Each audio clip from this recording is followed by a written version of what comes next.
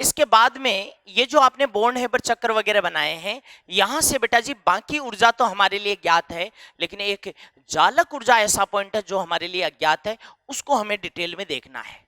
ठीक है, तो देखते हैं जालक ऊर्जा के बारे में। देखिए, जालक ऊर्जा की परिभाषा दो तरीके से दी जाती है, ध्यान से सुनना और लिख भी लेना।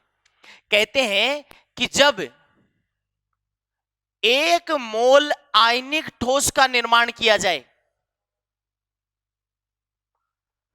एक मोल आयनिक ठोस का निर्माण किया जाए, किससे? गैसीय धनायन और गैसीय ऋणायन को मिलाकर।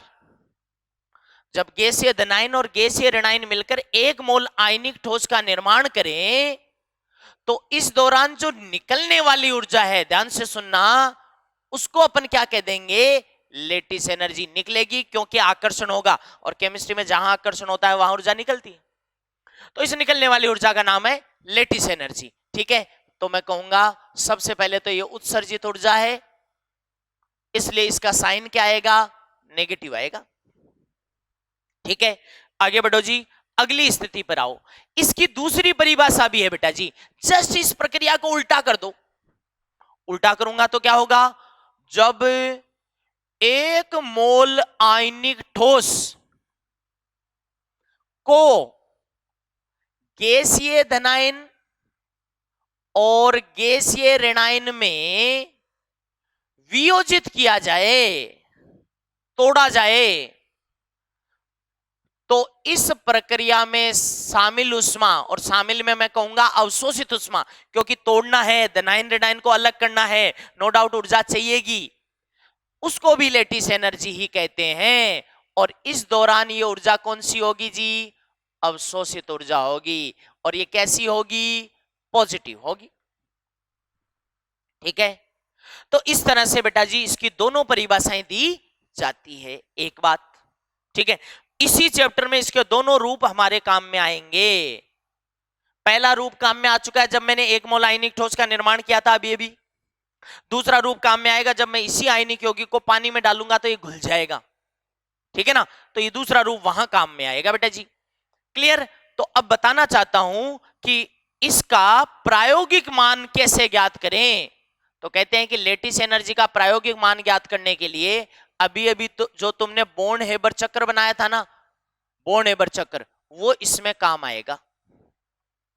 ठीक है, ओके। अब कहते हैं कि इसकी गणना करने के लिए क्या करें। तो लेटिस एनर्जी की गणना करने के लिए बेटा एक समीकरण दी जाती है, बोर्न लेंडे समीकरण। ठीक है, ये समीकरण दी जाती है। ये समीकरण वैसे तो तुम्हारे कंपटीशन पर्पस से कोई यूज नहीं है, छोटा सा क्या पता कोई क्वेश्चन पूछ ले उसके लिए है, तो याद नहीं रखो तो भी चल जाएगा। एक बात बताऊंगा बस, वो देख लेना।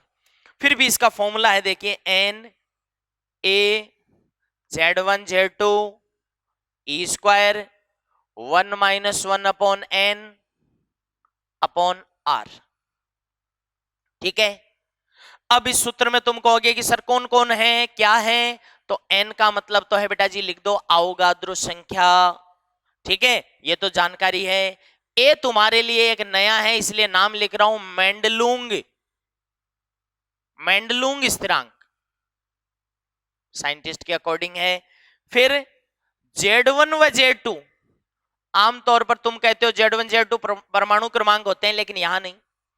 यहां बेटा जी मान लो कि एक धनायन पर चार्ज +3 और ऋणायन पर चार्ज -2 है, तो इसका मतलब है ये तुम्हारा Z1 है, देखो केवल परिमाण, और ये 2 है ना, ये तुम्हारा Z2 है। तो Z1 Z2 का मतलब हो गया आयनों पर, आयनों पर आवेश का परिमाण, परिमाण, चिन्ह नहीं। ठीक है ना, बताया मैंने आपको। फिर क्या आया? ई, सब जानते हो इलेक्ट्रॉन पर आवेश है 1.6 × 10⁻⁻19 कूलम।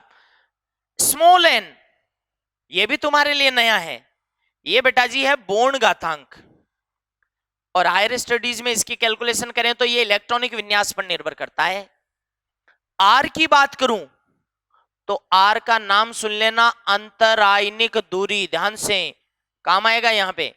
अंतरायनिक दूरी, और अंतरायनिक दूरी का मतलब अब हमेशा ही देख लो, धनायन और ऋणायन की त्रिज्याओं का जोड़, इसको कहते हैं अंतरायनिक दूरी, r plus plus r minus.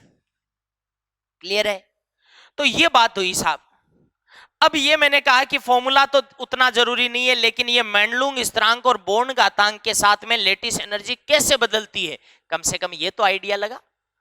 अब मैं इसको सिंपल कर दूंगा, लेकिन सिंपल कैसे कर रहा हूं आप जरा ध्यान से देखिए साहब। सिंपल इस तरह से कर रहा हूं कि जब आप लेटिस एनर्जी की गणना करते हो तो एक इंपॉर्टेंट नोट ही लिख लो। अब आप कभी आपने फिजिक्स में जालक ऊर्जा शब्द सुना है?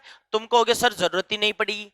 इसलिए नहीं पड़ी क्योंकि वास्तव में बेटा जी ये जो जालक ऊर्जा है ये स्थितिज ऊर्जा के तुल्य मानी जा सकती है। लिख दीजिए, जालक ऊर्जा को स्थितिज ऊर्जा के तुल्य मान सकते हैं। स्थितिज ऊर्जा किसकी? धनायन और ऋणायन की। कौन से धनायन ऋणायन? जो आयनिक यौगिक के हैं। ठीक है, तो मैं ये जो कहना चाह रहा हूं कि लेटिस एनर्जी जो है वो किसके तुल्य मान सकते हैं? पोटेंशियल एनर्जी के। और पोटेंशियल एनर्जी क्या होती है? के Q1 Q2 बाई R। अब तुम कहोगे कि सर कौन क्या है? तो Q1 व Q2 ये तो धनायन ऋणायन पर आवेश है, R वही अंतर आयनिक दूरी। इसलिए बेटा जी तुम कहो तो मैं इसको बढ़ा ही देता हूं क्या, या फिर यहां पे लिख दो कि ये क्या होगी? R प्लस और R माइनस का जोड़ होगी। ठीक है ना, R प्लस और R माइनस का जोड़ होगी हमेशा। अब आप बताइए फाइनली ये जो जालक ऊर्जा है ये कौन कौन से कारकों पर निर्भर करती है? ये कोई पूछे आपसे तो कि भाई जालक ऊर्जा कौन कौन से कारकों पर निर्भर करती है? ये देखो क्वेश्चन करने में काम में लूंगा। तो लेटिस एनर्जी सबसे पहले डिपेंड करती है, बोलो, आवेशों के गुणनफल के समानुपाती। ठीक है, धनायन और ऋणायन पर आवेश के गुणनफल के समानुपाती। दूसरा कारक जिस पर डिपेंड कर रही है वो क्या है? अंतरायनिक दूरी के व्युत्क्रमानुपाती। और R के व्युत्क्रमानुपाती, इसका दूसरा अर्थ है R plus plus R minus के व्युत्क्रमानुपाती। बोलो सही है क्या? ये लीजिए। हाँ, ये तो महत्वपूर्ण कारक है, इससे काम चल जाएगा अपना। लेकिन फिर भी एक बात और बता दो मुझे तो कि जैसे जैसे ये जो मेंडलुंग स्थिरांक तुम्हारा बढ़ेगा, क्या वैसे वैसे जालक ऊर्जा बढ़ेगी? इतना तो ध्यान रख लोगे ना? सूत्र चलो ये ध्यान में मत रखना, लेकिन ये तो पता चला कि दोनों समानुपाती हैं।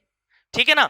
अच्छा, कोई मुझसे कहे कि यार मेंडलुंग स्थिरांक बढ़ रहा है, अब बता जालक ऊर्जा के बारे में, तो मैं कहूंगा बढ़ेगी। हालांकि कई बच्चे सोच रहे हैं सर देखो n तो अपोन में आ रहा है। बेटा जी अपोन में आ रहा है लेकिन 1 माइनस आ रहा है ना, इसलिए ये ओवरऑल आप मैथमेटिकली गणित के हिसाब से देख लेना कि n बढ़ने के साथ साथ ये राशि कम होगी, लेकिन एक में से घटाने के बाद में ये बड़ी होगी, इसलिए लेटिस एनर्जी बढ़ेगी। तो इस तरह से ये मुख्य जो कारक मैंने बताए वो तो आवेश का गुणनफल और अंतरायनिक दूरी है। अंतरायनिक दूरी में देखो R प्लस और R माइनस दोनों के ही व्युत्क्रमानुपाती है वैसे लेटिस एनर्जी देखें तो। ठीक है, अब अपने को इन चीजों को अप्लाई करके कुछ एग्जांपल्स करने हैं। ठीक है।